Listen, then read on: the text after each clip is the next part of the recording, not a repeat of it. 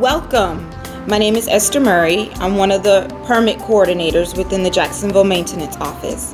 We're here today to discuss the process for an FDOT permit. When a permittee would like to submit an application for approval for their upcoming project, what we're going to need from that permittee are several items. We will need original signature applications.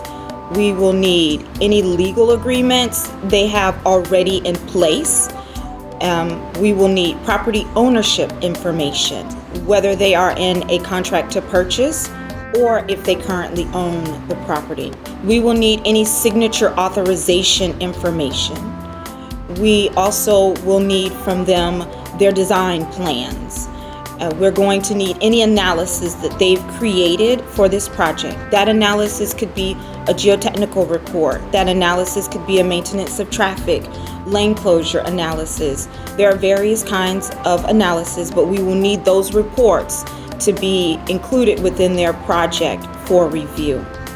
We're also going to need from the permittee any photographs they have of the area, a location map, a legal description as well. Survey information, we will need that information from the permittee. So we're seeking items revolving this project to be able to review what they are submitting to the department for a permit approval. We also strongly encourage permittees to sit with FDOT prior to submitting their application for the department to review and approve. And so those pre-application meetings are absolutely important and they're vital. They assist the permittee to know what's involved in their project. It allows us to have a much more smooth transition throughout the life of that permit review and process. They know the details of what's necessary. So during this pre-application meeting, we will discuss just that, the details. What type of analysis do they need? How deep of analysis is necessary? Some only require 1 page, some may require 100 or 200 pages. Some require modeling, some don't require any of those kinds of things. What kind of legal agreements will be necessary for their project? Will we be having any exchanges of right-of-way? Will there be a donation involved? So during the pre-application meeting, we discuss all of those details to allow the permittee to know up front the basic information that's necessary, as we just discussed, but also to understand the details of their project to be able to begin with any type of analysis or documentation that they may need to supply to the department. Hi, I'm Jennifer Rhoden, and I'm Permits Inspector Coordinator, and I'm here to explain to you how we process a permit in the field once the permit has been approved. The contractor or permittee will call our office and schedule a pre-construction conference. One of our inspectors will be assigned, and we will have a detailed meeting in the field on site to review the details of the permit and requirements for DOT. Sometimes during our construction, we find that we have high foot traffic areas that we have to either maintain traffic or we have to find a safe alternate route for the traveling public. A lot of our projects involve connection of driveways to the DOT's right-of-way. We have to ensure that the slopes, the placement of the product, densities, and all other aspects are met within DOT's right-of-way.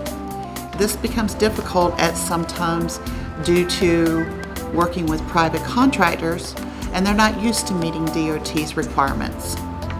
We also have to deal with complex drainage issues. We have metal pipe that you'll see that we have to put bands on. A lot of times we find that the product that we're trying to work with is deteriorated. We have contractors that have tried using such things as dog houses during the construction, even though they're not allowed within DOT's right-of-way. And a lot of times during offloading that the contractors don't understand that it's not okay to bust up the structure and we would not allow that type of installation within our right-of-way.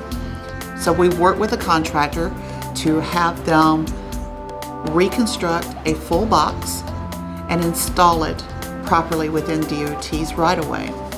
A lot of times we have large inlet tops that also tie within our right-of-way and that we have to ensure compliance.